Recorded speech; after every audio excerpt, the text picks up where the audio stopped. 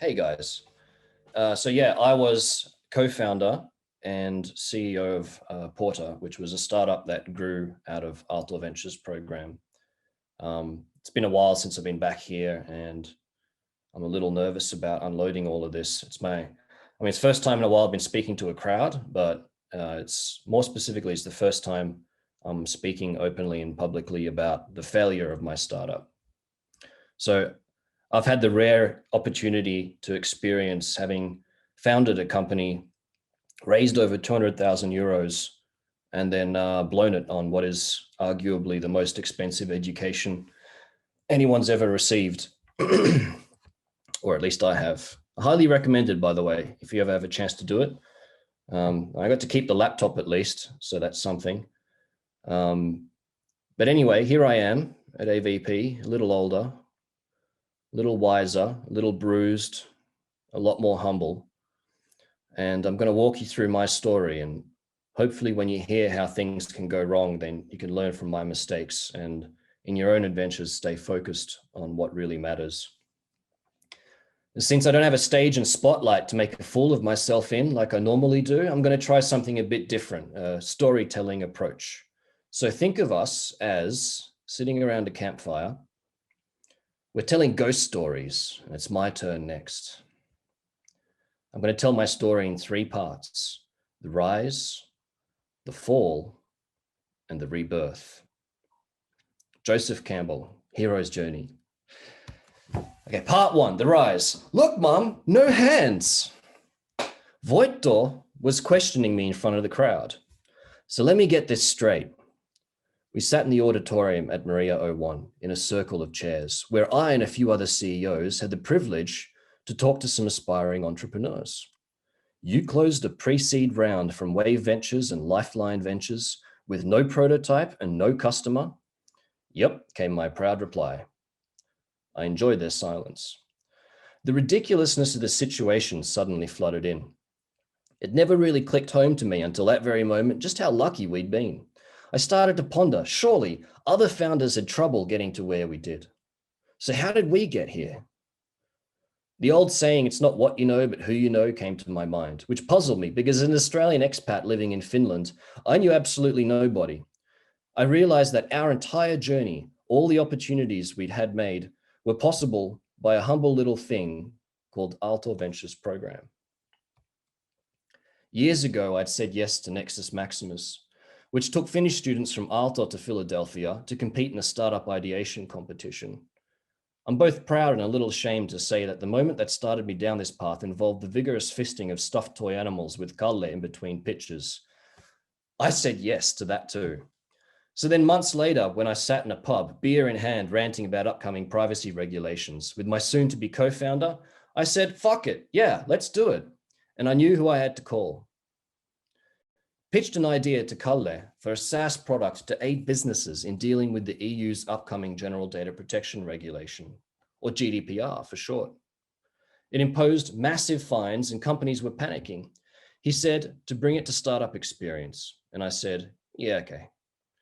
It became our concept for the course, and saying yes to the introductions that AVP staff and mentors made for us, we caught the eyes of investors. We said yes to pitching at QS Team Up. And that day we won. And that day was my birthday. It was a good day.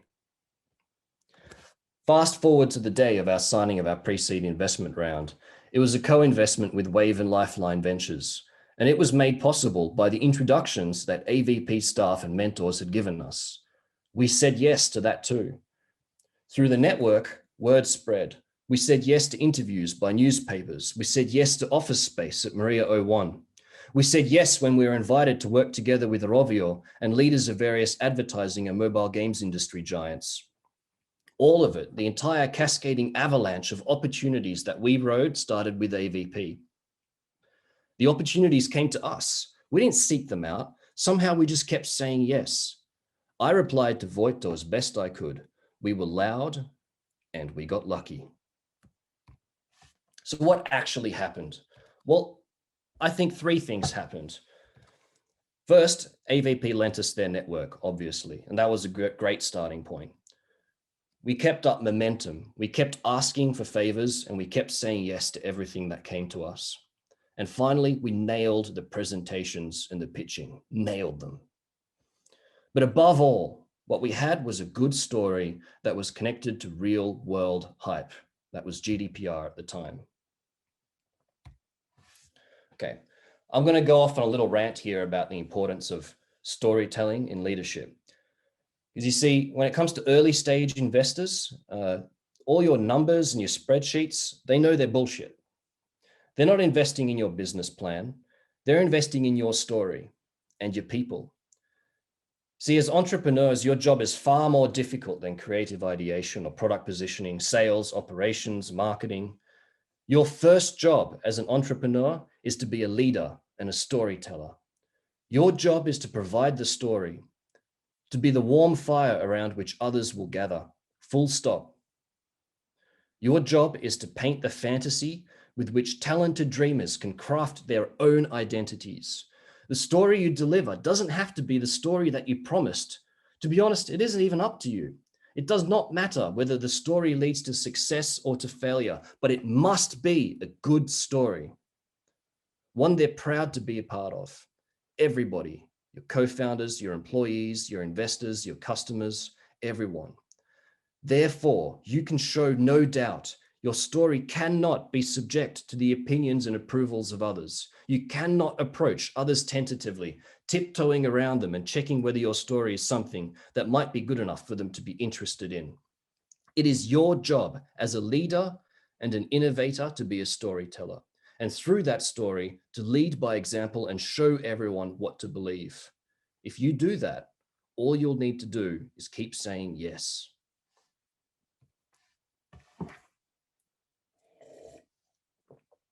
Part 2, the fall. How to lose friends and influence nobody.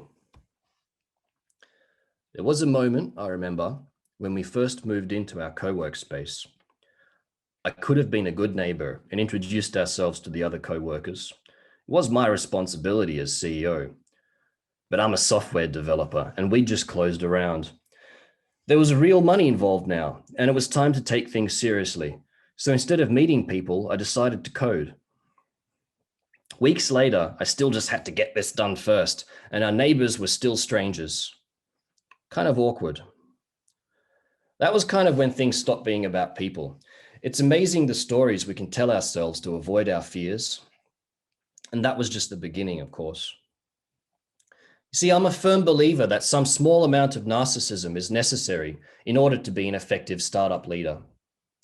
After all, you have to stubbornly believe that you're doing something right in the face of a world that wants to tell you you're doing it wrong. But I suppose there's a fine line between confidence and arrogance. Fine enough, at least, that I never noticed the moment that I crossed it. Months later, I found myself in a small cafe. The very same cafeteria I'd met investors in, and I sat burning in shame. I'd just finished ranting with loud and fiery words to my co-founder that they were of no use to us in the company. It was all a mistake, and that nevertheless, here's what they needed to do to try a working relationship. The whole cafeteria sat in silence. I could practically taste their disbelief that someone would have surfaced such melodrama in public. But nothing compared to the disgust and betrayal that I saw in my co-founder's eyes. My illusion of generosity gave way to the realization that I'd become an asshole. We'd had months of rocky times, but in that moment, I lost their trust and respect. You see, I thought that I had to take this company seriously. I told myself it was my job to make difficult decisions. That's what's expected of me, right? Doesn't take much imagination to picture the dynamic we had back in the office. We didn't stay together too long after that. Things only got worse.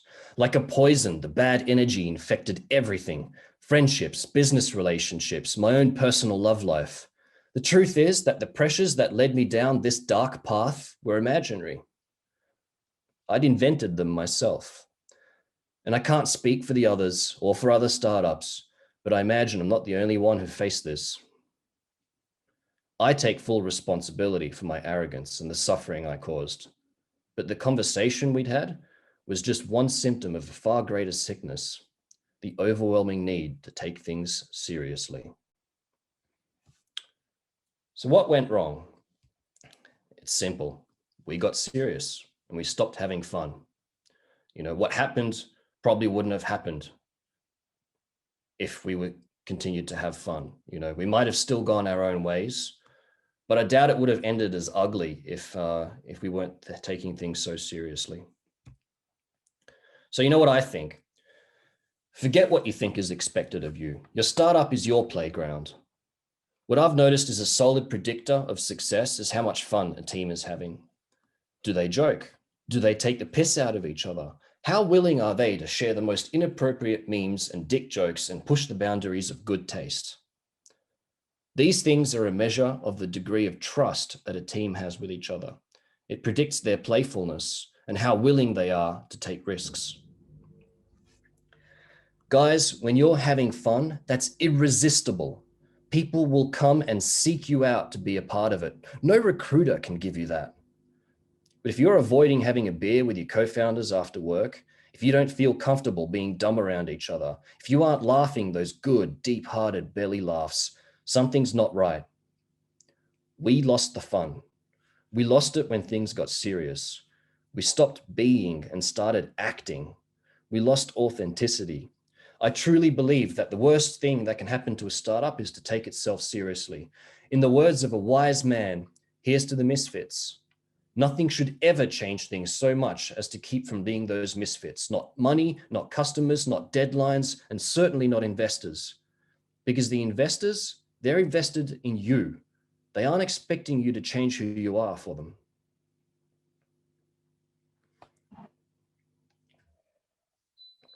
Part 3, the rise, bouncing off the bottom. So my relationship disintegrated. I was somewhat homeless. One co-founder hated me. I'd let down our employees and the friends and family who'd invested in us. Our business opportunities had gone cold. Our product was making no progress. Board members, who were our mentors and advisors, smelled the blood in the water and politely excused themselves.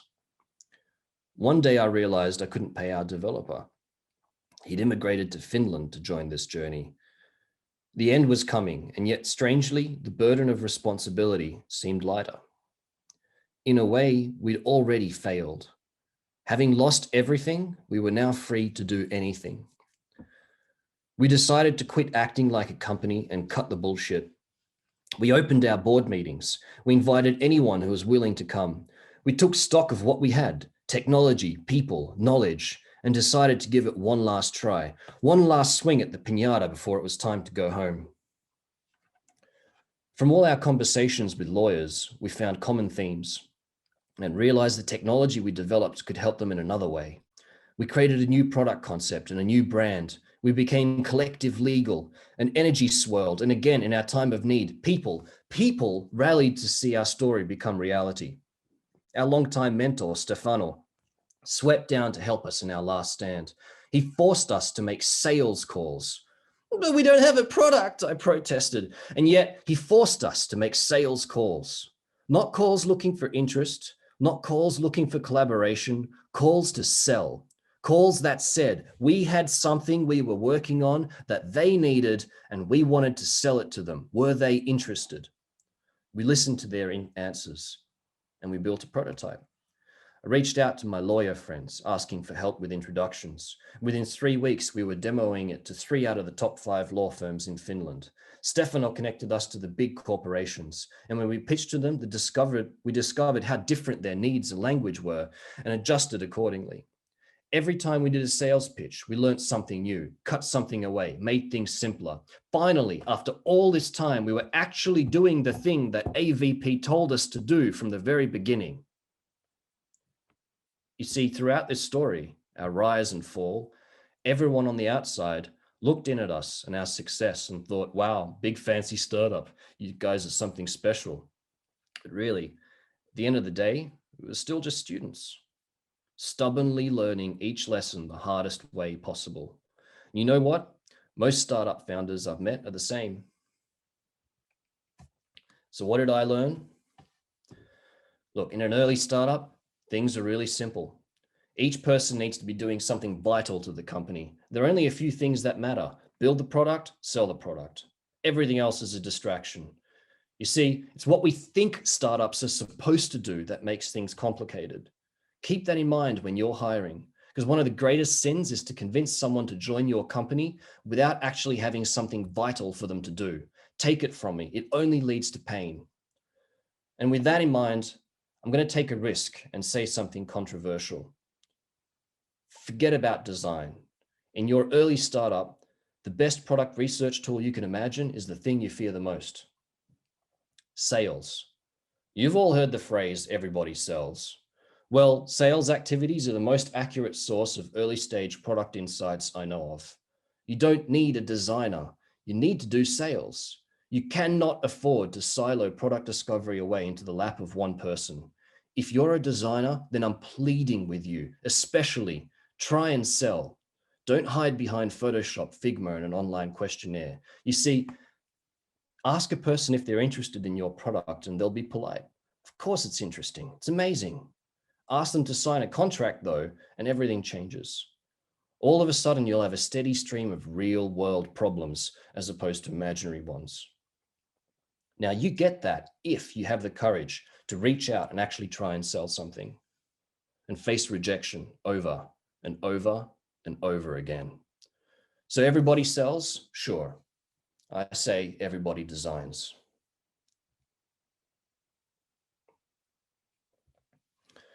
In the end, we declared bankruptcy. We didn't have much choice. Creditors couldn't wait for our deals, however promising they were.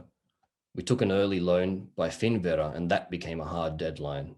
Dumb idea, by the way, doing that before you have revenue. And so we discovered that even that dirty word, bankruptcy, was not such a horrible thing to have in our story. Of course, you'd rather not, but once it's done, you realize that in Finland, at least, corporate bankruptcy is fair and actually pretty forgiving. It doesn't mean you can never get a loan or start a company again. We were a legal tech startup, so we did the due diligence into what a bankruptcy would mean for our personal lives and found not much. Even in future startups, the impact of being involved in a bankruptcy is limited because the company's credit rating is split between the other board members, and even then only in the first few years. But what about our street cred? So I called our investors. I asked them, if I went ahead with this, how would it affect my standing with them as an entrepreneur? Basically, I was asking nicely whether or not I was a loser. They answered to me honestly that in their opinion, the ideal founder has one success and one failure.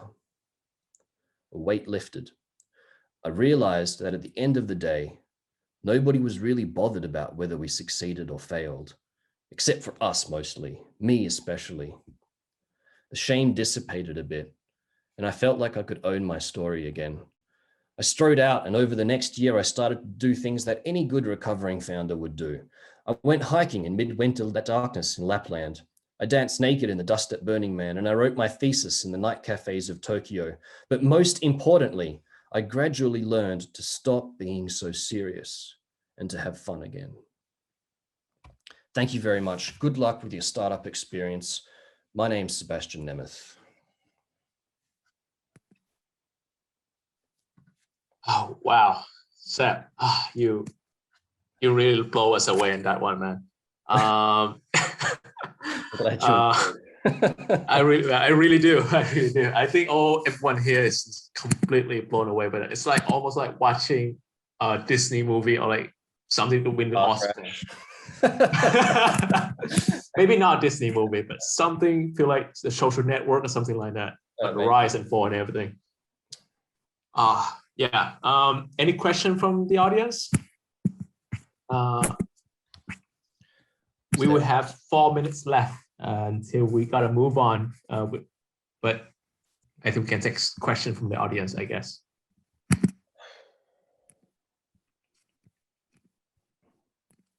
There something unclear about my story or anything you want me to open up more about?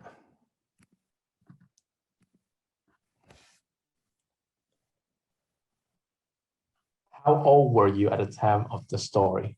Oh, interesting question. Well, I'm 36 now. This was when I was 33. So 3 years ago. And so, Everything in the story is true, actually.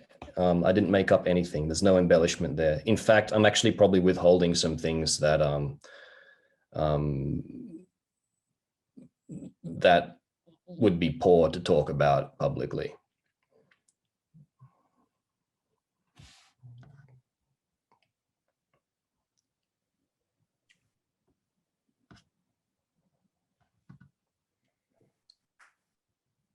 and with the success rate of like, what are you currently working on? Where has this taken you today? Well, I've been involved with a few startups since, and but only momentarily. I haven't really locked down with any of them.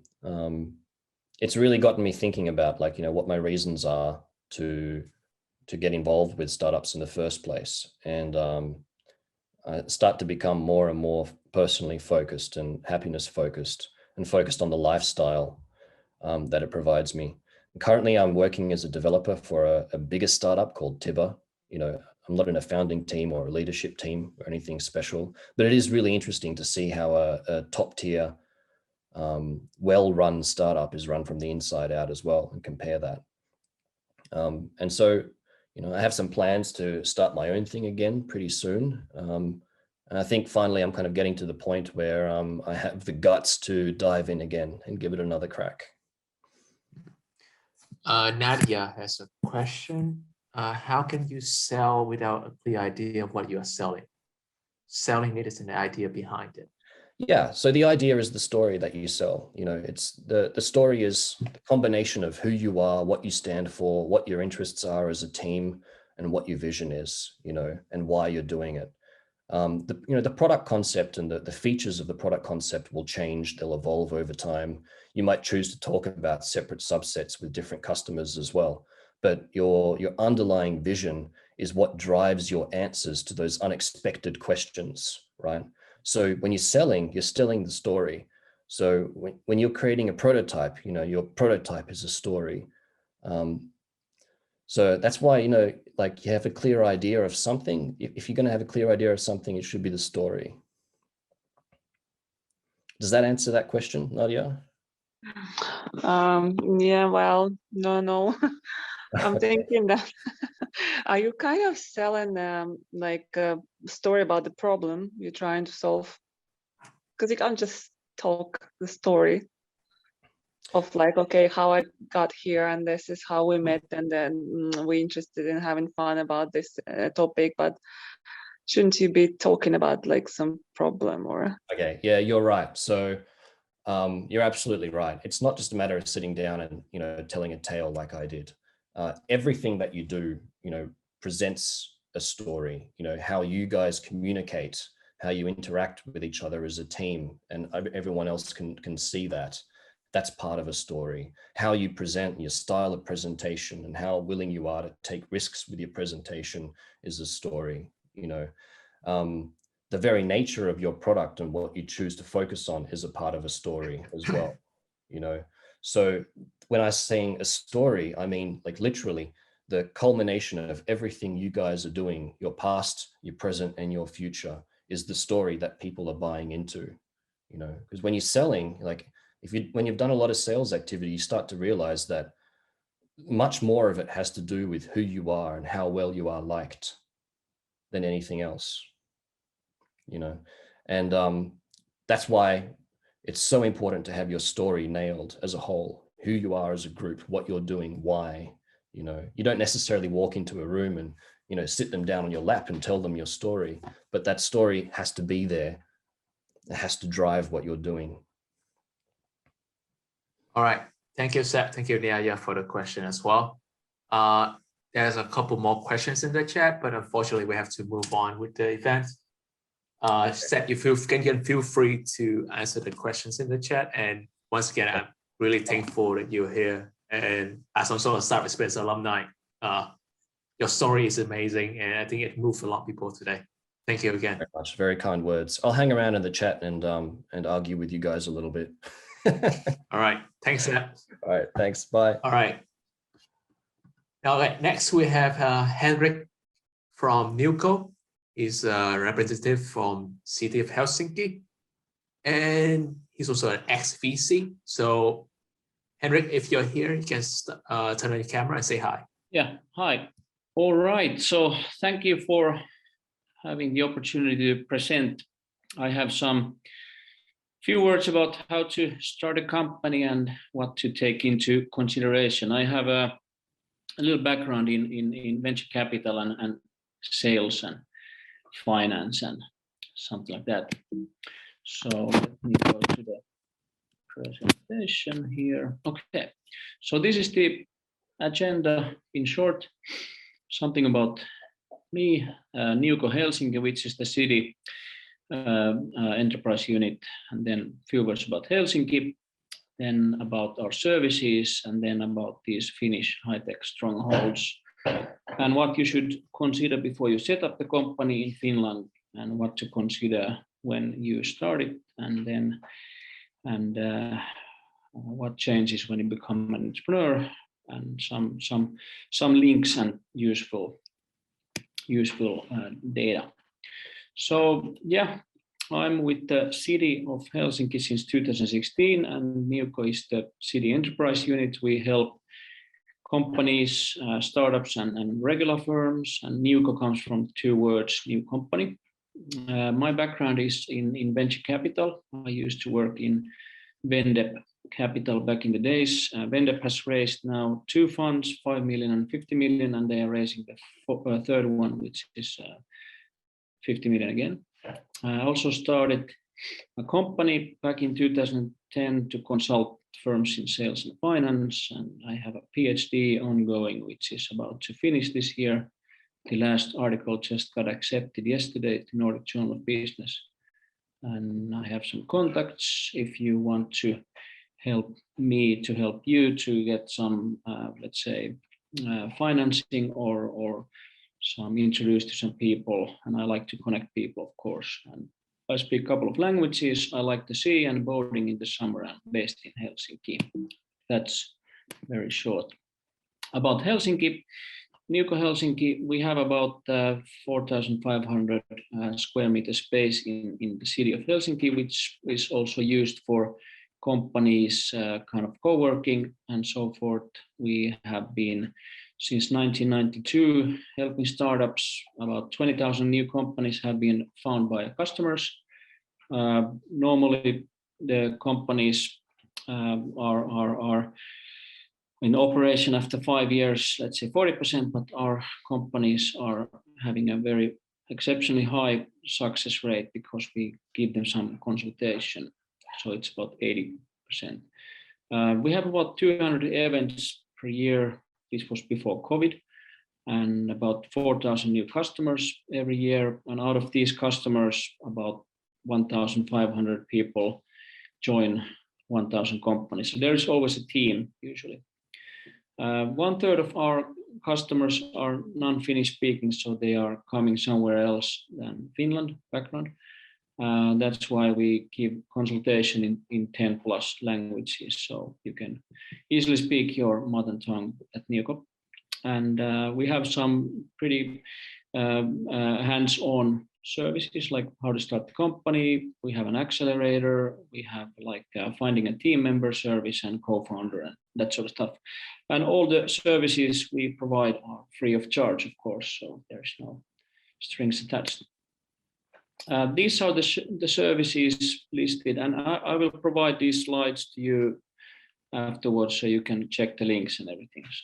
So this is events, training, company information, business advice, consultation, coaching. We organize workshops where you can get practical information. We network people. We have some videos that are useful for your startups. And also we have a good network of contacts. A few words about Helsinki. This is, in my view, becoming a very attractive place to start a company. We have strong kind of innovation funding instruments provided by the government and the city. People are tech savvy, they can use different equipment, they speak languages, and they have education and that sort of stuff. So back in the days, the Italians were testing the bank automats in Finland because it's not so densely populated. So if something would go wrong, nobody would know. So it's a good test market. And let's go to the next one. So something about the Finnish kind of high-tech stronghold. So this the list is not exhaustive. So we have something to do with the augmented reality and virtual reality, which is the extended reality. And for that purpose, there is also extended reality center in Helsinki, which is called XR Center in Arabia. And then we have, of course, education. Gaming is very, very strong in Finland. We are just about to start building a new cluster for a film movie industry in Helsinki using some of the latest technology, and also the wearable industry in Finland is pretty good, and smart traffic. Okay, let's go to the starting the company and what kind of you should be aware of before you start. So if you are a foreigner coming to Finland and start a company, you should have a Finnish citizen sitting on the board. It's not basically enough for the banks to have an EU citizen. In practice, they require someone who is living in Finland. So this is to open the bank account. You can, of course, use different applications like Holvian, etc. But my recommendation is to have a real bank. OP Bank, Danske, Nordea are the big ones, for instance. They usually do due diligence on the owners, so we need to check if there's any sanctions or criminal records and who are the true owners behind the company. This is a basic stuff, and you can just do it, sending a passport copy to the police, and they will have a statement for you on that. And then to look for board members, we have a couple of sources where you can reach out for them, and usually you can pay them a small fee or negotiate how you do it if they are sitting on the board. And then there's some additional information on how to start the company in the fourth link. So what to consider before you start? So I usually tell people that if you have a product or service, then before you send the first invoice, you shouldn't start the company. You can operate kind of the company before starting it, actually. So like, that's not a problem. But I usually give the advice that, when you send the invoice, you can start it. Shareholder agreement is very important, and I recommend to have it. You can list all the activities or the duties of the founders and partners in that, and also recommended to have it in English language as well as all the other documents, because if you go and sell the company to, for instance, an investor in London, they should understand the language. So it's good to have it in English. If you're only two founders, it's better to have a division of like 51% and the other one has a couple of percent less, because then you can make decisions, not like 50-50, because if you both disagree, then you will just enter into disputes. Also urge you to consider about the roles before you start. So it's always easier to agree on the percentage before the company has some value. When you have a 5 million euro valuation for the company, even 1% becomes important. So, and don't be too generous giving out the percentage to your, relatives and friends just for doing some small stuff. So usually the CEO has the most, and then you have, of course, maybe a software developer, you need a business developer, you need research and development person, admin person, you need to put some stocks in the employee pool and advisory pool. Usually give some between 1 and 2% to advisors, and you need a couple of them at least. And also remember that when you take in investors, they usually dilute your company by 20% each round. So you can't have too many rounds. The board of directors is very important, but it's a very dynamic. So you need one kind of board of director for the growth stage. You need a second one for getting international. Maybe if you need to downsize business, you need a third one. So maybe you can find board members that can help you in each stage, but it's really uncommon. Then regarding the salary, I would urge you to pay a minimum salary in the first kind of years before you get a real revenue, and then you can start paying more. Bootstrap, use the lean startup methodology at the beginning. It's always good and appreciated by the investors. And of course, you should get in touch with the investors early on. So angel investors and VCs, get to know them beforehand and tell about them your business and how you're progressing. So it's easier to get a funding. And starting a company is fun and should be fun. And remember to protect the IP rights if you have any already at the very early stage, and recruit local talent. So then this is kind of the setup for establishing a company in Finland. First, you need to select the company structure. I usually prefer limited liability company because, of course, then your risk is also limited to the share capital. And when you start the company, you don't actually need the share capital anymore. It used to be 2,500 euros, but now it's not needed. Then you can check the bank account, and before you open the bank account, as I told you, need to have the board member, a Finnish citizen to sit on the board, and you need the bank account to pay share capital, for instance, if you want to raise it and process the transactions. And the third one is very important. It's the Y form, and that's what you submit to the trade register and various tax administration registers. And it's a single form. It's very easy. Then the fourth one is you have to pay some taxes when you get some income and when you pay salaries and so forth. So that is the last link regarding the government. And you can basically, do everything online, so you don't have to go physically to any places to get stamps nowadays. So it's pretty easy. And this setup package, I put a link here also. It includes basically all the information you need, but you can check the previous slide for the order. So what changes when you become an entrepreneur?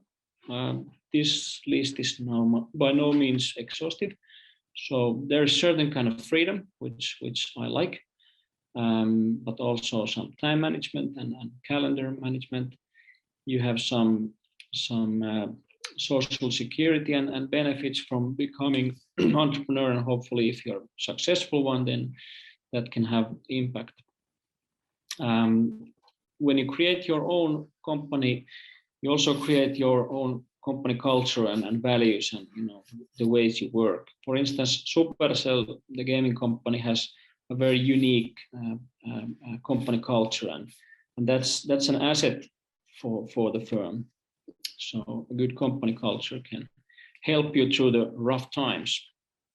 And of course, when the company is just started, you have more responsibility for your self-management and development. And of course, you have to try to get enough revenue to pay salaries and keep people happy. So there's some responsibilities as well.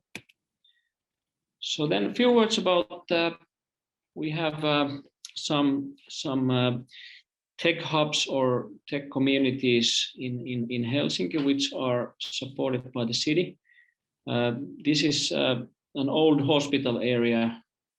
It's called Maria 01, Maria Hospital, and it's a community for startup entrepreneurs, and you can apply to become a member or have some facilities there, have a room, so forth. And Maria is going to expand now after this year to about 80,000 square meters, so it's going to be pretty big. And inside this area, there's also a building for gaming companies, which is about 4,000 square meters. So there's a lot of things happening in the ICT sector in Mari. I urge you to check it out. It's in the city center. And also there are all the 1/3 of the venture capitalist companies also. So you can reach out to money just by lunch. There's a couple of facts about Maria. They have now, the company's raised about 170 million euros. Currently, there's about 170 companies in the building.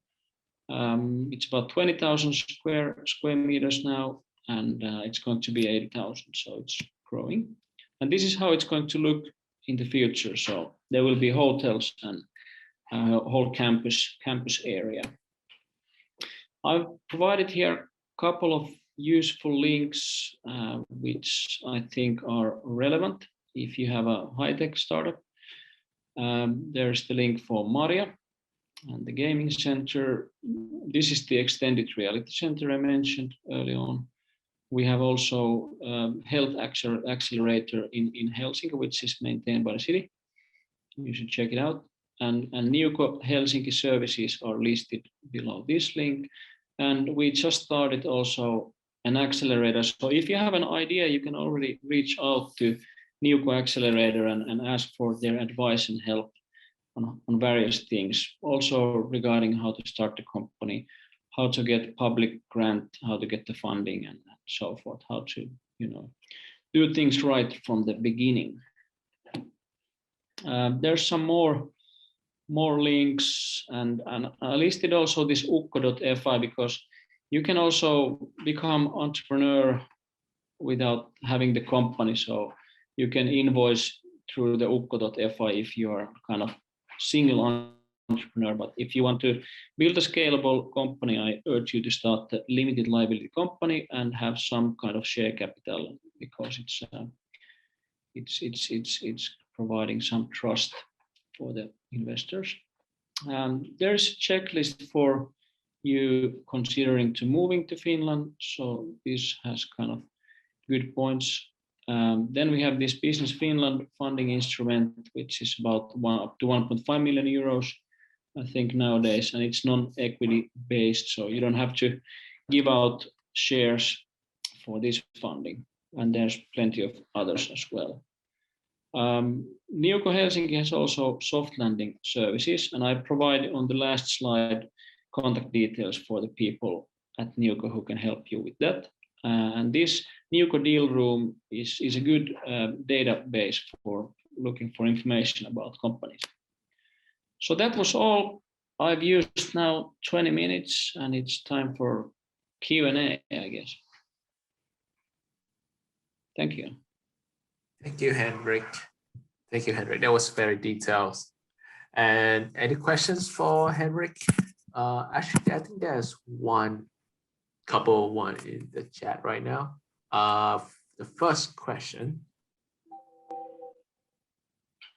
will be, what would you recommend for someone who gets hired for project-based projects? Is it better to stay as a freelancer or open a company that other companies can sign contract with? Yeah, well, you can you can open the company while you work for someone else, and you can do it like after the day, or invoice in addition to your regular income. If you're working as a freelancer, and it's your kind of main source of income, then I would maybe start a company. But these services nowadays, ukko.fi and whatnot, they are pretty flexible to start with. So I would maybe say that once you have a steady income, then open the company. You can start invoicing, sporadically your clients using the services like ukko.fi. Yeah.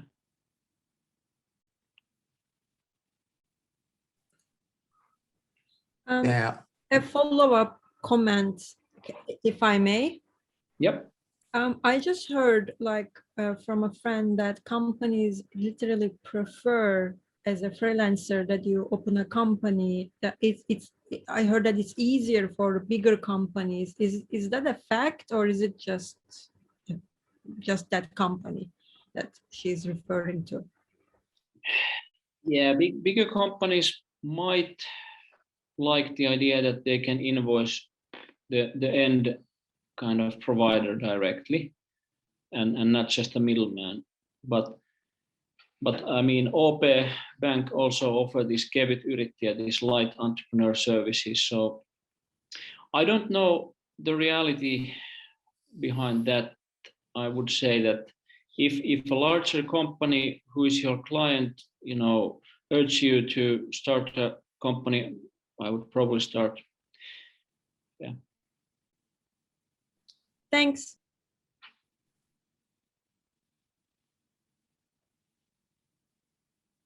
Okay, there are more questions in the chat, Henrik. What are the worst aspects about starting a business in Finland? The worst. That's a tricky one. I think you put a lot of assets at stake. If your house is a collateral for loan, then your company goes worse, then you might lose your home, for instance. But if you don't have that kind of collateral risk, then starting a company and getting investors on board is not so, it's not so serious. But I think that the worst thing is not the bankruptcy, because you learn stuff, but your personal assets are in danger if you pledge them for some loans. I would recommend also from the very early beginning, to when you meet investors, to speak about the truth and not to tell kind of anything that's not a fact. So even if you try to make it very nice, you should always stick to the truth, because that always is better in the long term. So yeah. Thank you, Henrik. Let's see, do we have enough time for more questions? Let's see. Yep, we do. We have a couple more time. All right, Henrik, can you explain how easy is closing a business in Finland in comparison to opening one? Closing the business used to be very hard back in the days, and it was a burden. But today they have made it much easier. It's a little bit lengthier project than starting a company. It takes about 2 weeks to start the company. It takes about some months to close it down. But it's like you have to put like an advertisement on the paper, and if you have no debts, it's even easier than that. But if you have some receivables from, or someone is you owe money to someone, some business, then you just have to make this kind of declaration openly. So other than that, it's simple, and then there's people who can help you to turn the lights off. I hope that answers the questions. Next one, can you get started? This is a Finnish word, starti raha, your foreigner? That's a good question. I think you can get it. I have to check. I think I included a link in the presentation. If not, I can share it afterwards. But commonly, you should be Finnish resident. But this is something I have to check. But it can be checked online very easily. I would say that you need to be in Finland during the time you apply for that permanently. Okay, to have a question regarding a startup idea, funding, etc., can we just ask help from NewCo Accelerator? And is that for free or is it a base service? Everything is free of charge, and basically you can ask anything from us, and that's taking care of the taxpayer money. So, and if you start the company in Helsinki, then also you can become our accelerator member or client, and that doesn't cost you anything. So, but if your company is based somewhere else than in Helsinki, we cannot help you in that way because our funding comes from the Helsinki city taxpayers. So we cannot deviate from that, unfortunately. But if the company is based in Helsinki, we can help you for free. All right, thank you, Henrik. Couple more questions. How much of a challenge is a small size local market in Finland?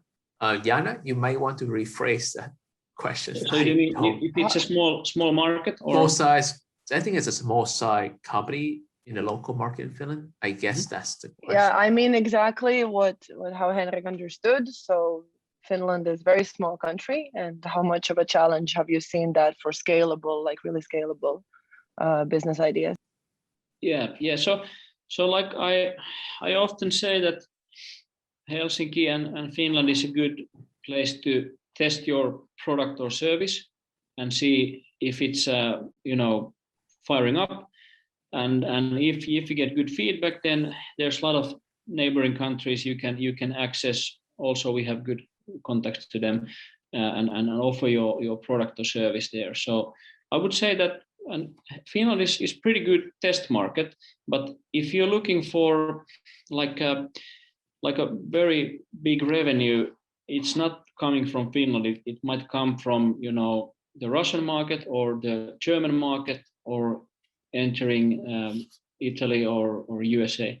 But you can test the product in Finland and get feedback and then move to the neighboring countries, especially if you have a scalable product or service. All right, thank you, Henrik. Next question.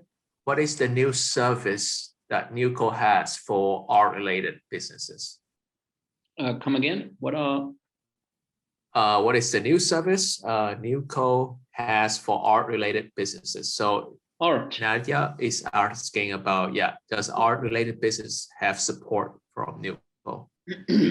Yeah, so I think we don't have specifically art-related business.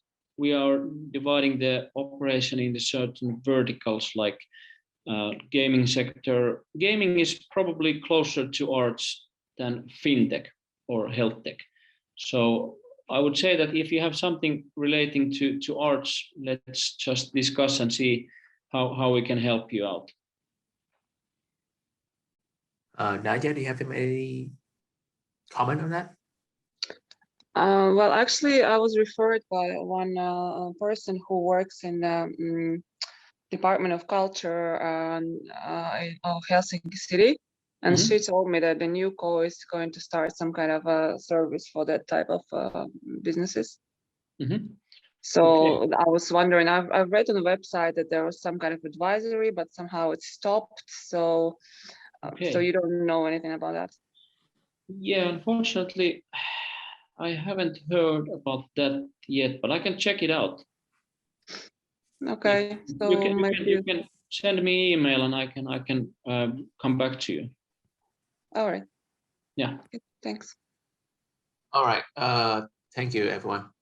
Thank you, Henrik, as well for your inputs and answering the question. We have a couple more questions in the chat, and so you can still stay here and give them the answers.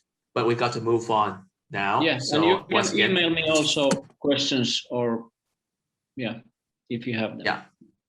Okay. Thank you, Henrik.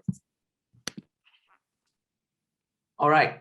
Next on the agenda, we have Antti Salminen from Business Finland. Antti, are you there? So the good people from Aalto kindly asked me to do a small aggressive rant of what Business Finland does for startups, and now we have this 30 minutes of time together, so I try to be swift and naturally, if I talk too much, try to stop me before we ran out of time. But in a nutshell, probably I've met quite many of you guys before, but I'm right now coming for you guys live from our small studio in Maria 01.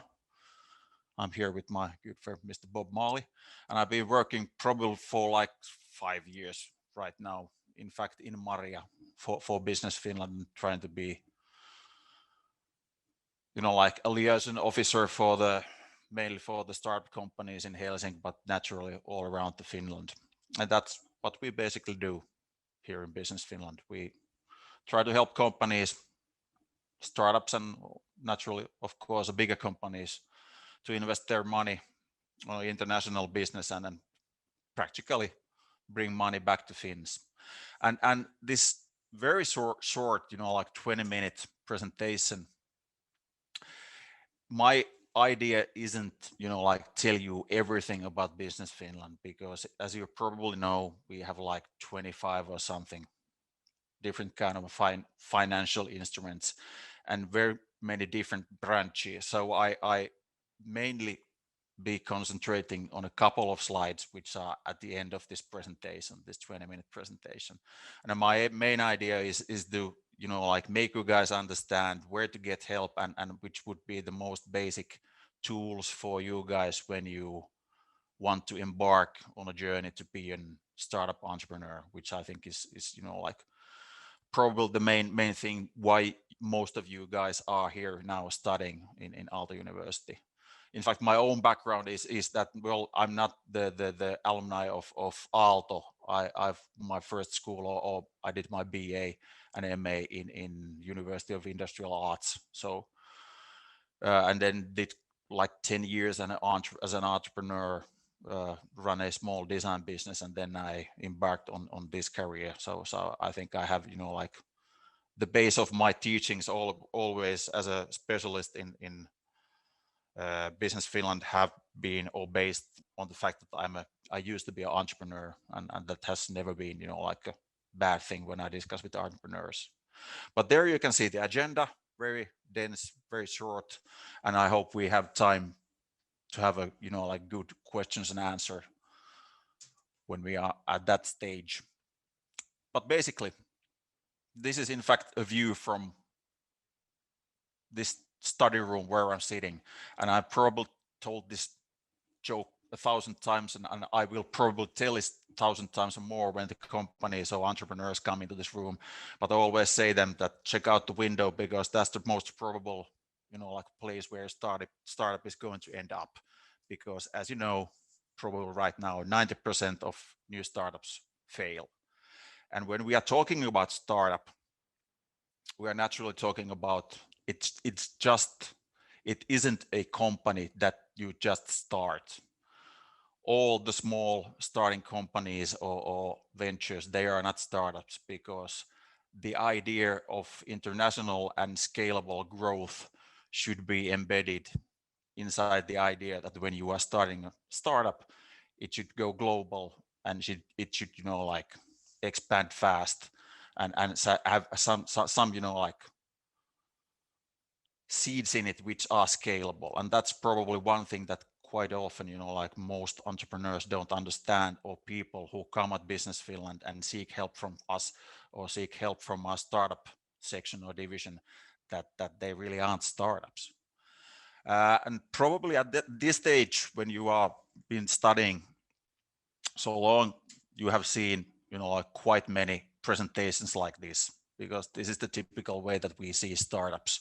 You have the valley of death, then you start to get financing from venture capitalists and mergers, and you have an early stage, and then you have first and third, and so forth and so forth and so forth, ways to get money, and soon you have revenue, and hopefully you can make exit sometime, or like go really big. But as you know, it isn't like this all the time. Quite often it doesn't happen like this way. And what we do here in Business Finland, or what's our like modus operandi, is be some kind of like a bridge over troubled water, or boat about the sea full of sharks which want to dilute your company and help you over the bridge so long that in fact Finnish taxpayers can get the money back which they and us have invested in your company. And normally the major part of this whole venture is that we want to finance companies which include innovation. And I understand that innovation, it's really much a buzzword, and you hear it, you know, like everywhere. You hear, you know, like our government talk of it, and then you hear your teachers probably talk about it. But as you can see on the screen right now, I think this is one of the best dense written examinations of what innovation really is. That it really has something to do with customer value in the marketplace, and you create something that has a sustainable business model. You have something of an invention, but you should try it out in the business environment before it comes an innovation. And the reason I wanted to show you this kind of a small written testimonial is that I think people still think that Business Finland is some kind of a entity which only finances things which has, you know, like a strong IPR or patent behind it. That probably derives to the fact that we used to be techies and much more technology based financing branch of Finnish government. But nowadays, if you have something that really can create customer value on the market, and it has some new pieces inside your business plan, then we can start the discussion together how we can finance your journey into the world. And talking about the world, as I mentioned, we used to be techies, but the main idea of this whole merge that we became Business Finland, and we merged quite many different Finnish branches, FinPro and Visit Finland and Invest in Finland under this one global brand, is that nowadays we are a specialist organization which approximately has, I don't know, 600 people around the globe in different offices, and naturally we are also we have probably 20 offices around Finland too. So the main idea of our whole being is that we can help all of you guys to find the right customers around the world globally. First we start from Finland, but quite soon we should, you know, like link you with our people around the globe when you start embarking on our customer journey. And if you go, you know, like the basic four or five, you know, like main ideas of our funding, you can see there. We are non-dilutive, we don't take equity, and we mainly finance companies with grants and loans. Probably the easiest way to understand when we use grants and when we use loans is that when you have the most risk in your company and when you are starting, then we usually give the company small grants like 50,000 or so forth and so forth, because at that stage the companies, they need the most help, and we are there to carry the most risk when you have the most risk as an entrepreneur. But quite soon after the moment that you have somehow verified that your idea works, you have revenue, you have VC backing up your ideas, then we usually move into the loans, which I'll explain to you guys later how they work, you know, like the actual sums and the pipeline, how it works. But the main idea is that we first test something with grants, and after that we move to loans. So we are quite much a benchmarking organization. We are somewhat, you know, like not active participant. It depends how much we do work with the companies, but we probably have like 5,000 customers or applications annually, so we don't really have the time to, you know, like hold your hand all the time. But one good idea to understand about Business Finland is that we don't so much differ from, you know, like a normal venture capitalists. We only invest the money in a different way, that if the venture capitalist wants equity stake, we want the jobs in Finland. We want that you build up a company in here, pay your taxes in here. Naturally, you can have subsidiaries all around the world, but the way we take, like return on our investment is that basically. And we also, it has to be remembered that we naturally finance also research on organizations, also universities. We may do quite a lot, like collaboration with big players, all the universities in Finland, and probably have done quite a lot with also Aalto University, and we'll be doing that in the future, of course. But when it comes to startups, we are naturally probably the biggest financer in a way in Finland, which helps the startups. Last year we financed almost like 800 startups with 150 million euros, and if you think that we annually receive financing from the government, which is like 550 million or 600 million, quite a large sum of it goes straight to startups for you guys to create return on investment for Finnish taxpayers. And as I mentioned, I guess you guys have been discussing about the major ideas or major things which venture capitalists check out when they want to invest in companies. I won't go too deep into those things because they are quite much the same with Business Finland as they are with venture capitalists. We want a good team. We really want a scalable solution to a big problem. And most importantly, we are seeking, like a great teams with multi-talented or multi-art teams, which really have ambition and possibility and willingness to like solve problems when they arise when you are starting to be an entrepreneur. And naturally, we are seeking impact for Finland. But I think this is the main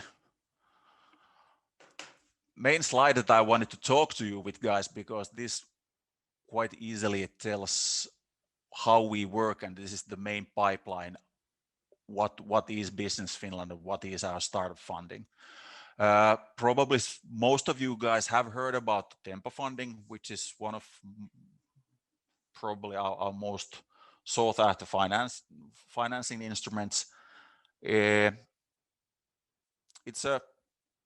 basically a tool for you guys and for us to evaluate, is there any idea in your business? So when you want to apply it, you naturally need a limited liability company.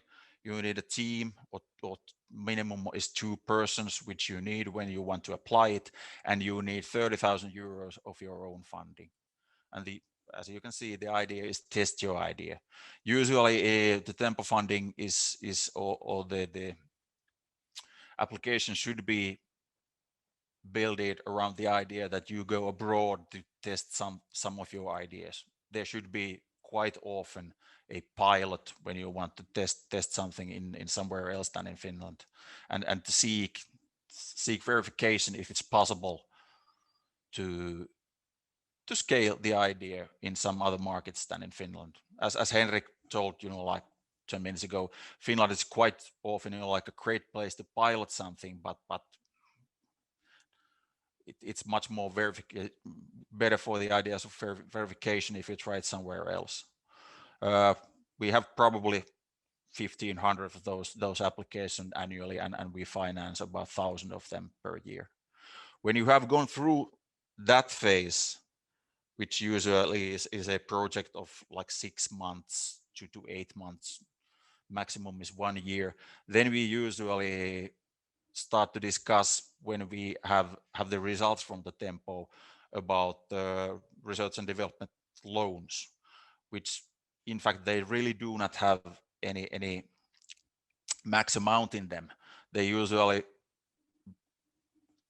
the first loans are usually like between 200,000 or 400,000 euros, but it all depends usually of how much do you have your own money.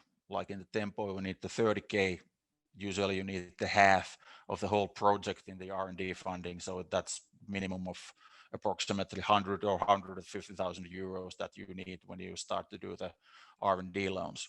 And those loans and those projects, they are usually like 2 years, year and a half long. And the idea of that loan is that you usually in that stage when you are running a company, you already have revenues coming into your company. So we want to see and want to develop with you guys the idea so it's mature enough when you really go abroad and when you really want to scale your company up. And then the last one on the right side of the pipeline is probably the best tool I've been able to find from governmental innovation, like branches all around the world to which we use to really finance the best companies in Finland to scale up, which is the Young Innovative Companies program, which we've been running like 10 years now. It's in 3 parts. The most difficult part to enter is the first part when we evaluate the companies. The scrutiny is very straight and very strict, but the first tools there is like 250,000 euros of grant. Then if you are able to go through that first stage, then the second part is also consecutive 250,000 euros, and then it ends up with 750,000 euros of loan. And quite often when I'm asked which kind of a companies Business Finland wants to finance or which really are, like the cherries on top of Finnish innovation cake, I always tell the people that you should go and check out the companies which we have financed in the Young Innovative Companies program during the 10 years, because those are the rock stars of Finnish startup companies, and there you can get the idea how we see which kind of a startups there should be. They had to be those kind of companies that they scale up quite fast. All of these companies, when they have entered the program, they have been under 5 years of age. So from the beginning, from the tempo where you have the buds or the seeds of a startup company until up to the young innovative companies, that's mainly the pipeline that we are using and processing these, well, practically thousands of companies per year to like generate money for the taxpayers. But I think, like I've used my 20 minutes right now. The last and the most probably meaningful part is this. So if you want to, explore your ideas and contact us, this is the best way to do it, the feel out channel.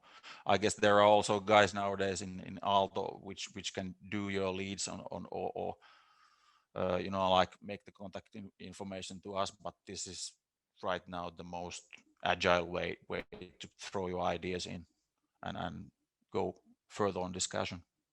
But well, that was approximately 20 minutes. I'm open for questions. All right, Can I is ask there any one question from the chat? Yeah, go ahead, Suresh. Yeah, I have. So from our previous course, like when we made in a budget plan for our startup idea, so we realized that this tempo fund, 50,000 tempo fund is never provided all alone. So it's like divided into 35,000 and 15,000, right? Yeah, the first part is 35,000, and when Yeah. you have completed the project and when you have reported it, then we pay the last 15,000. Yeah, and also we got to know like we cannot use this business Finland money for marketing. Yeah, right? that's true. That's a good point. So I had question like, so okay, that's so at the same time we shown a capital of 30,000 euro. So when we work in this like in this period of like preceding stage or the grant stage, so can we use that? Can we spend money from that 30K, or it's just like the security or some, I don't know, some collateral money kind of 30K around 30,000 euro, 30,000 euro? Wait a minute. Can you be a bit more specific? 30,000 euros. Yes, you mean the buffer in there, so you can use it naturally to the project. Yeah. Yeah. So we can use from 35K as well as from 30K, which we have our own money. But you have to use it on the goals of the project. Yeah, goals on that. So in that case, the marketing can be done from capital money, right? The 30,000 euro, which is ours. Yeah, you can actually use it, but if it's for the goals for the goals of the project, yes. Okay. Yeah, and then another question I had was like this in this. So when we say test your idea, so do we really like for example, our idea is like we have finished the course and then we are applying for Business Finland. So does Business Finland really look into the paying customer? Because our idea we have validated, we are also validating more with some testing tool, like some clicks and some traffic and all. So we could gather those analytics and we might find the interest in the in the crowd. But our idea also include transaction where the one person has to pay another person, and that we cannot do right now. So yeah. So I mean, do you have to, or in the project, do you have to kind of make actual revenue? The answer is no. It's a pilot project, but we don't expect from the companies to make revenue, because quite normal situation is that when the companies start Tempo project, it is their only, like a business action. You can actually apply Tempo based on, well, idea. You don't have to have any revenue, or you don't have to have any paying customers. We evaluate the like the team, the company, and the weight of the idea, and the potential of the idea, how it scales up. You don't have don't have to show any numbers, in fact. Okay. Other than 30,000 euros, naturally. Okay. I just wanted to clear, because paying customer is always question, and then I was thinking like, okay, how would someone pay without being a legal entity or company? Like, so we could gather the interest, but like we will not have any paying customer in our platform, at least to apply for this Tempo. Yeah, but you do have to have, like a company of working, like limited liability company in Finland.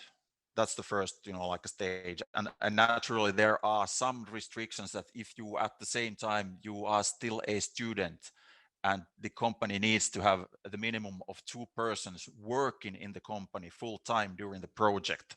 So it kind of it's pretty difficult sometimes that you can't multiple yourself when you are doing your studies, and also you should be all the time, like a full-time entrepreneur. So that has to be taken care of, or like taken into consideration. Okay, thanks. Yeah. Thanks. Other questions? There's one question in the chat. Does Business Finland support startups that do not based in Finland? No, you have to have a Finnish business identity. Yeah, I think Henrik also touched on this subject, that you need EU citizens to establish a startup. Yeah. Or was it so that there must be one at least at the board who has this Finnish citizen? But I think, Antti, that it's enough that the company is established to Finland. Yeah, but in Tempo, there's a minimum restriction that we naturally want usually that the main, like core team should be based in Finland also. They need to base in Finland, but do they need to have Finnish citizens? No Finnish citizenship, but they should, like have at least an address in Finland and work from here.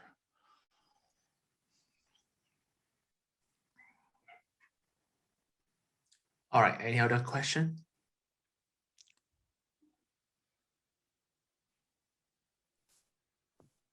So there's question in chat. Yeah, is there any data available on the growth, revenues, or profitability of young innovative companies funded by Business Finland?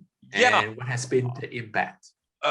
Yes, I think, well, if you Google like Business Finland young innovative companies, we have quite thorough facts on the web page, which is dedicated for the program.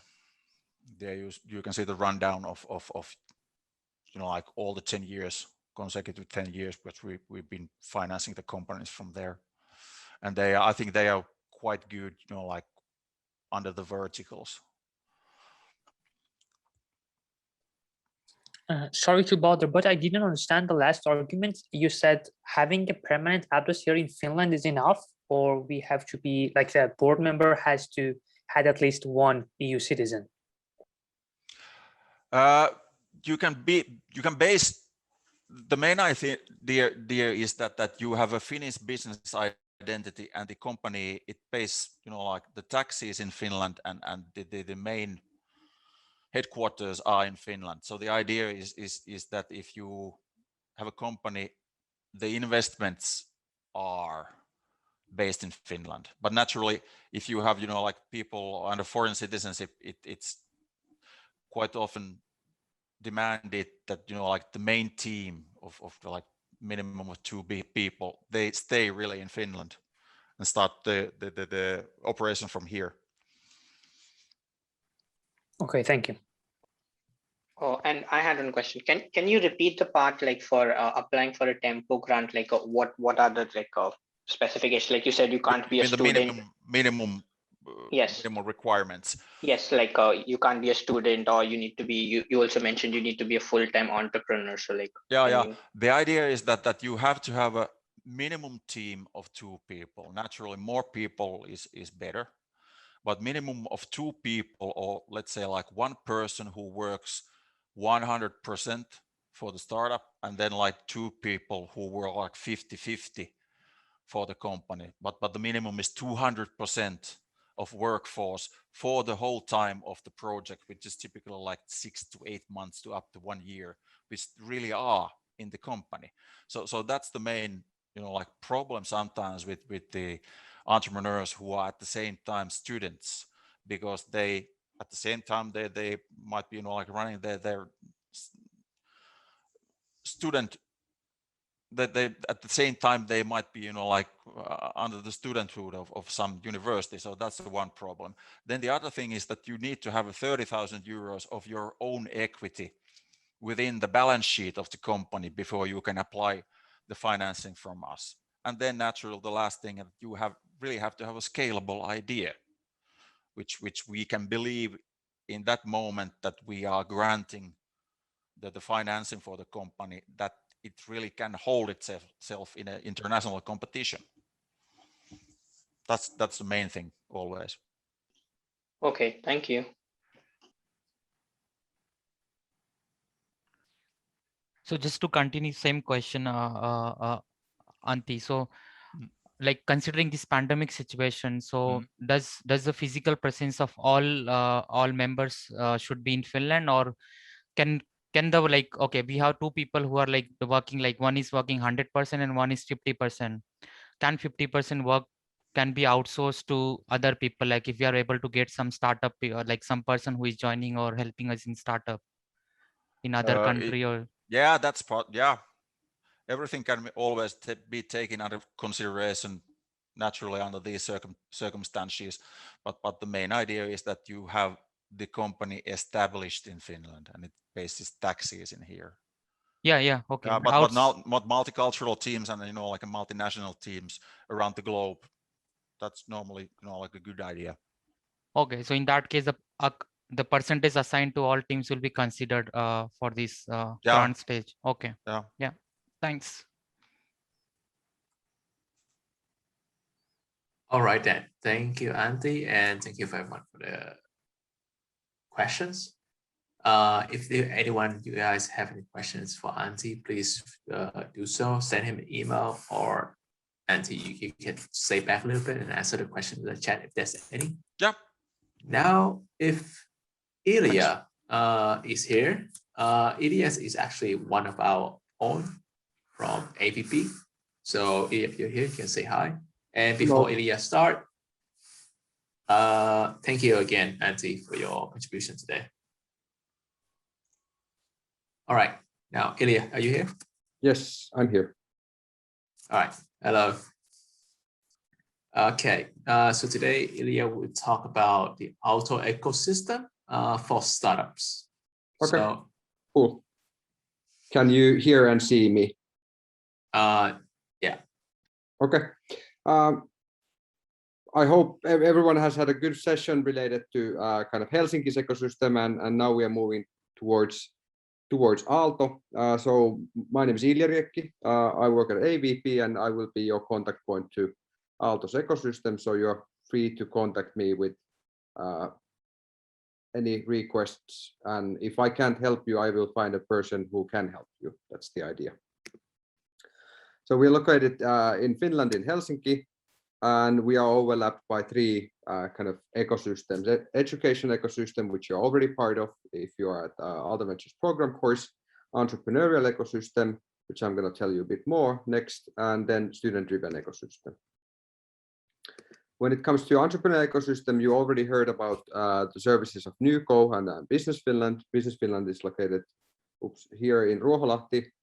We are located on the other side of the bay at Aalto University, where we got this collaboration hub with a lot of different organizations on campus, A-Grid housing a lot of startups, VTT Research Center, etc., etc. Keilaniemi Business Park having a lot of global multinational corporations also interested of hiring you as an entrepreneurial talent. Meilahti Health Campus, one of the biggest hospital campuses in Western Hemisphere. Ruoholahti Business District, a lot of mid-sized companies being located there.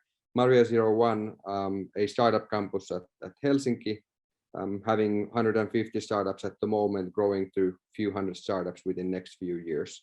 And of course, University of Helsinki, they got multiple campuses spread around Helsinki, and they are growing their innovation capabilities as well. So this is kind of just a simplification of the ecosystem. There will be a lot of growth within next few years. If we zoom to Aalto's campus, we got like 4,500 staff, 17,000 students, 12,000 full-time students, 2 high schools, 3 accelerators, 6 co-working or startup spaces, 1 VC fund. Already at A-Grid, 150 startups, and then all the other startups in different locations at campus, so several hundred altogether. And this makes kind of a Aalto's entrepreneurial ecosystem together. When it comes to education ecosystem, you're already part of Aalto Ventures programs courses. Few of good examples of students who have continued after their course and continued with their original idea, or continued pivoted or changed their idea. One of these good alumni examples is Jesse Tran, co-founder of Rens. They're doing sneakers out of coffee, and they raised 550K in crowdfunding a year and a half ago, and then got the VCs interested after that as well. They are growing, have been growing quite nicely in the last couple of years. Matilde Pelkonen, co-founder of Monochrome. She founded an influencer marketing agency, building a bridge between the brands and the social media influencers. Rafal Modreski and Pekka Laurila, co-founders of ISI. They went to AVP courses in the early stages of AVP, and they founded a space industry startup spin-off of their research. Raised 54 million 2019 and 87 million $2020. So just a few examples of what can you achieve in the ecosystem by having multidisciplinary teams and taking, of course, putting a lot of effort, but also utilizing the strength of this ecosystem. When it comes to student-driven ecosystem, what makes Aalto different is the kind of active mindset the students have, but also the independence the students have to do nearly whatever they want. Slush is a good example of those, and they are running online events nowadays. When it comes to the startup saunas ecosystem or the student ecosystem, there's Aalto ES you should be following. After this course, I think one place you could apply to would be Ignite, and Ronnie knows more about that. Another place you could apply would be Kiwas.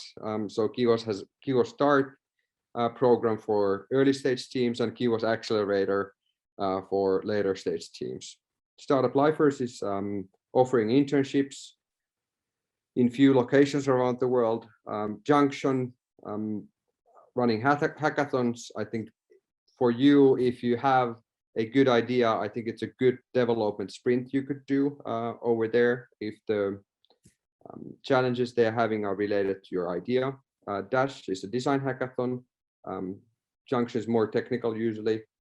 We will be also running less technical kind of an ideathon together with Junction around SDGs in May. So that might be a good opportunity for you to apply your skills, but also advance your idea and get ideas outside your team as well. When we zoom a bit out from student ecosystem, if you want to study more entrepreneurship related things, there is product development at Design Factory. At School of Science and Department of Industrial Engineering and Management, there's a lot of management or startup related courses. School of Business has a lot of business courses, of course, but like vast variety of ideas or courses around different ideas. IDBM as a minor as well is a good resource for startup minded students. All the Innovation Services and Startup Center are more towards research spin-offs. So if you continue as a PhD or if you work together with PhD students, then you get in touch with Innovation Services to protect your inventions and possibly at Startup Center to accelerate your science-based idea further.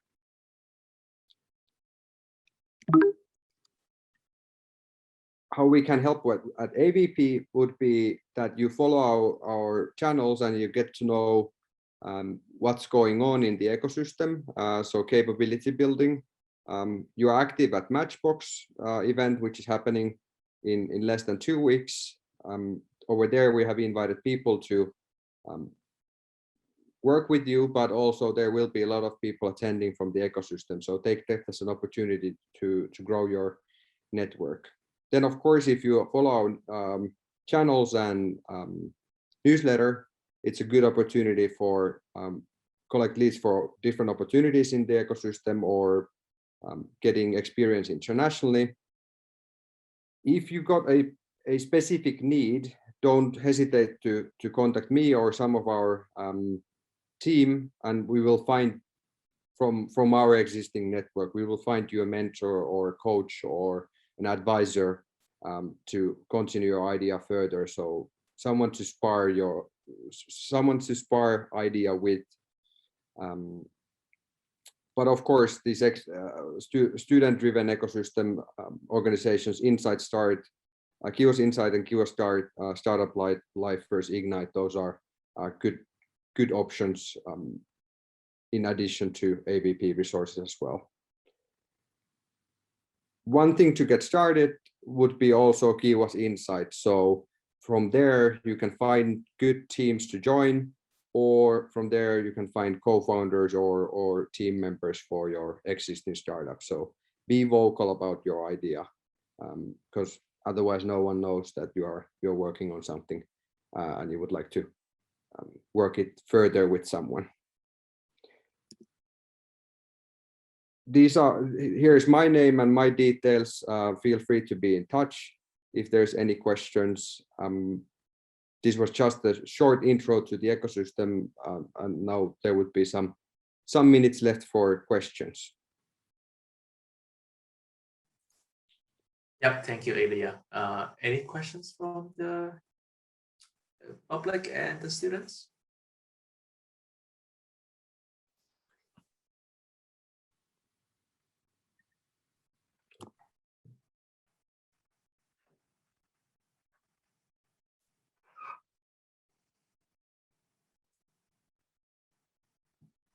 All right. Hi, Ilya. Yes. Does AVP also have student accelerator program like Ignite? At the moment, we don't have. We are planning, but we don't have a launch date yet. So we advise to utilize the existing accelerator programs, Ignite or Kiva Start or Kiva's accelerator. There's also some acceleration at NewCo, but I guess it's for more established companies. Got it. Thank you.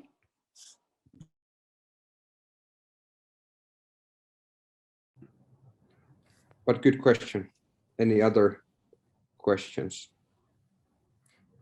Maybe I can ask something because I have got this question quite many, or met this question quite many times, that now we are having the startup experience and people are working in teams, and sometimes one or two members of the team wants to continue. Yeah. But the others are maybe not that interested at this moment. So what kind of tips you would give to those ones who would like to continue, but they do not have a team yet? I would say that be very vocal of your idea. So utilize LinkedIn, utilize events to spar your idea further. And the more you talk about your event, the better you get presenting in it, but also the more people you get interested of. Then of course, Kiva's Insight is another platform where you can post your idea that this is what I'm working for, or this is what I'm working on. And I hope that I get people to join my team. And this is how you should join 1, 2, 3. So I think Kiva's Insight is good platform, but also a developing platform. So they are putting more effort in Kiva's in the future to develop it more customer centric as well. There is someone asking a question, aren't all accelerators very tech oriented? So at least Kiva's Insight is not, so there's no certain orientation. Of course, a lot of startup ideas are tech assisted because tech oftentimes gives ability to scale. But I think they also accept non-tech companies which have a scalable business model. So of course, scaling can be through technology or through business model, but they're working on startups, not SMEs. So I would say if you look at European Institute of Innovation and Technology, their acceleration and incubation programs, they are very tech oriented because those are tech programs. But in general, I would say that it depends on an accelerator. Ronnie, I don't know, in Ignite, do you have any tech orientation? Yeah, it's a good question.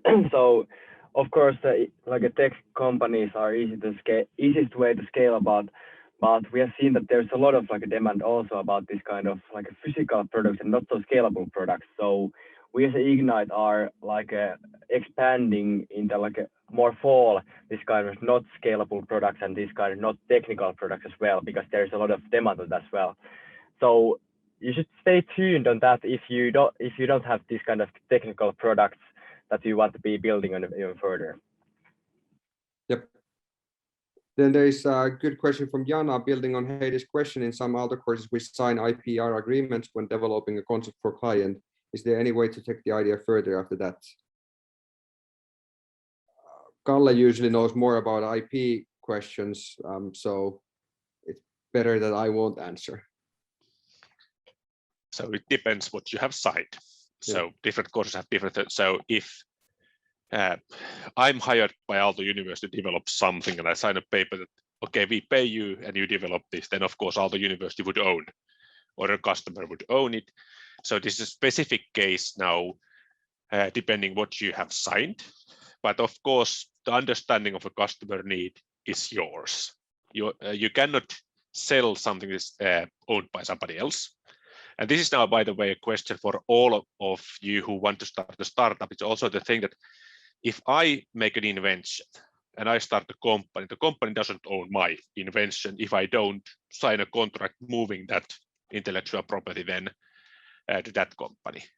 So I know that this isn't the question that, the answer that you are looking for, but the real answer is it depends. You would need to know what you have signed.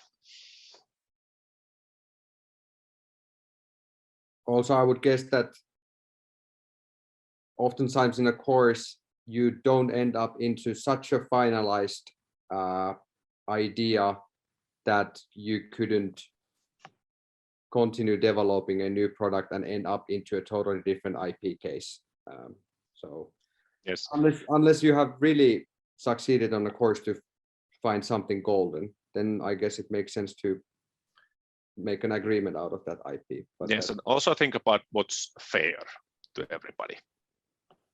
Okay. So if you are developing somebody else's kind of first prototype idea further, and then cutting those people off, kind of not making the profit, even if it would be legal, please think about what is right thing to do, human thing to do, and make it so that it is fair, and it looks like it's fair now.